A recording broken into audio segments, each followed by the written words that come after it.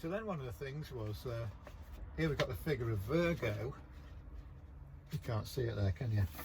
The figure of Virgo. Here she is.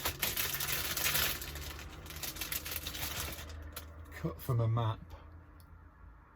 And that's as she looked in the 1930s when that, you know, that OS map was done. But as I was following these paths, I mean, I did this very religiously over the course of a year, you know. And you know, these are my traces, these are GPS traces that I followed. So there's all the field work was done, and it was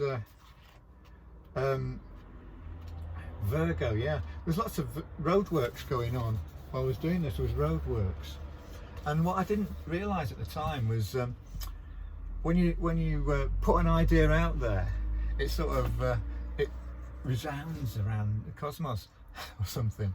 Something magical happens. I don't believe in magic, but something magical happens when you make art. Something of therapeutic. Connections are made.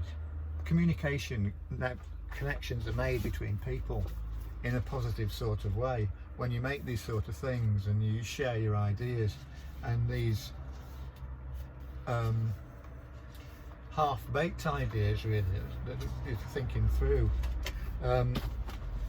So something started coming together there, and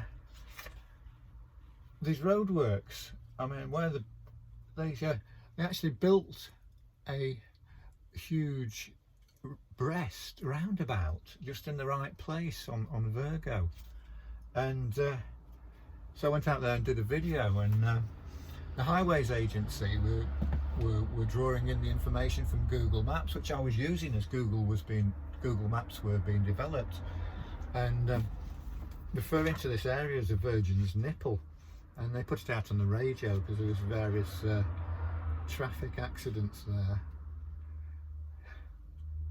And this is one of the things that happened, you know, the superimposition of fantasy onto the environment, which is mostly done by the ruling classes to keep us in our place, really, and to preserve the status quo. Because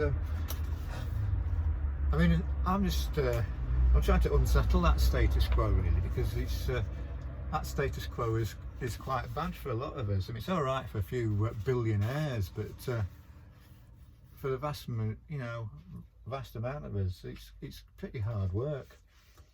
So yeah, this is the status quo, the Lion and the Unicorn.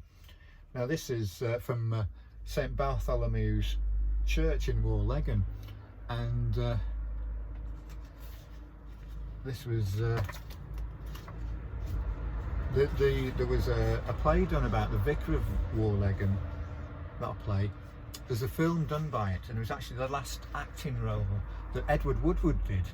Edward Woodward played the parson who painted this church up.